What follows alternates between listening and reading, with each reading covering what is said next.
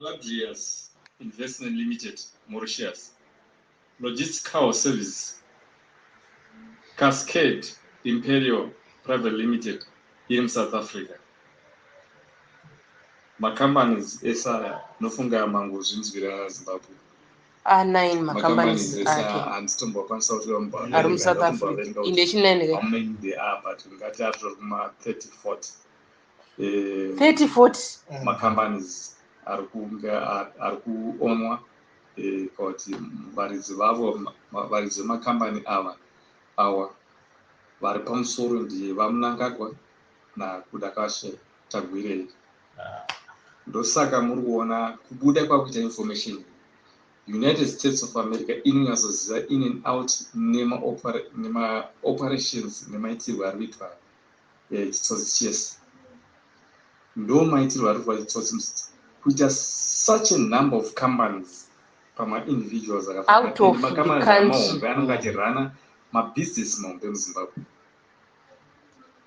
Ndo panenge pachipinda mari dzinenge dzisinganyatsoongororwa dziri kufamba sei apa vanwa nemafamilies mashoma macompanies anda mazhinji akabata mabig companies anabata mabig contractors emuZimbabwe. Saka munoona hama dzangu kutambura kwatiri kuita kunotoni vanhu vari kuzvikonzeresa ende voda kuti tive pamwe chete mukufora kuti aiwa masanctions ari kukonzera izvozvo.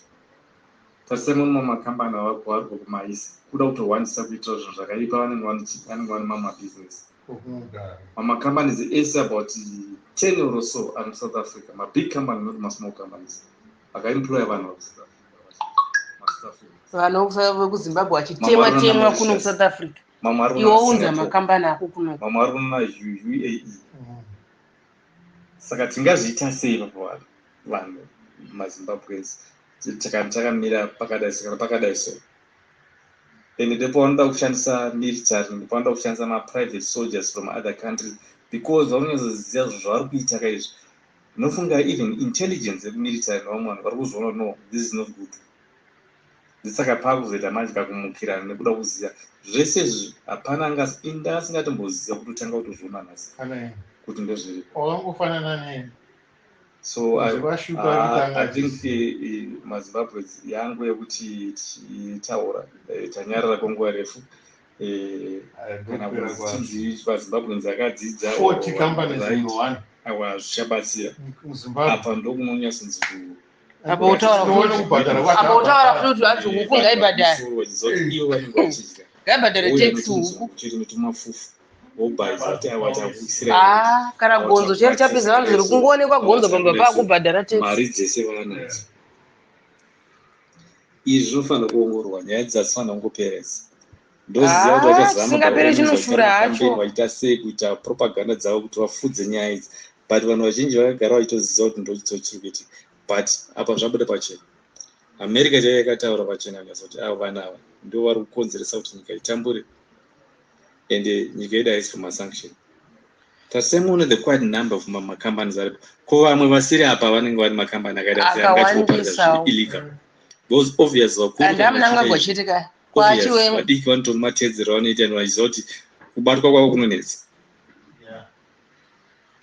asi nongoti ndo wakasukuyera buritso information looting, we are looting under sanctions. Kuti zvinhu zvigadziriswe pachaputika something mumwe wavo akapinda mujeri pakanyatsobuda pachena kunyatsoratidza kuti vanhu vaibira vanhu. Ndoda kuti zvipindirwe zvokuti kana ari mwari kana ndinongoda kuti kana angozi asungwa ngaasatongwa zvake ngaangonohemwa. Zvinatsoratidza utsotsi nougandanga vange vachisungwa kana kunyika kwavanoenda kana muri musadhi kana kudzimwe nyika dzavanoenda. Ngatoenda kune imwe nyika unobatirwa ikoko. Macompanies ese vanawo angachitengesa kudzosa mari idzi kuZimbabwe. Zvione mari idzi. Iwo batosungwa life in jail. Pana kwanofanira kudzoka futi. Vari nyika yatinga anzwa izvika. Unenge watotsama kana nyange neni ndenda atotsama. Kana kurara hatisi kutomborara muzvadzi. Ndotenda muZimbabwe tongoitsana tongoidiscuss nyaya iyo mu comment section tonzwa zvinoita sei. Ndotenda vamwe vakuteerera muzaro nhasi subscribe nekushare also maaudio iwaya nemavideos.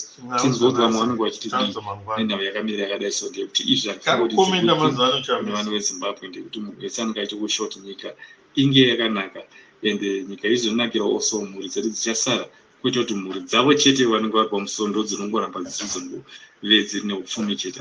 Tinoda kuti upfumi hudzoke wese hushandire mhuri yezimbabwe wake nyika. Totenda Zimbabwe. Ndoti subscribe muzara nhasi mobile Africa notification bell kuti patinongobudisa imwe audio ini nhau dzinenge dzichiitika muZimbabwe ndinoita kutanga kuinzwa, and also ndokumbira mushare also maaudio nemavideo. Thank you.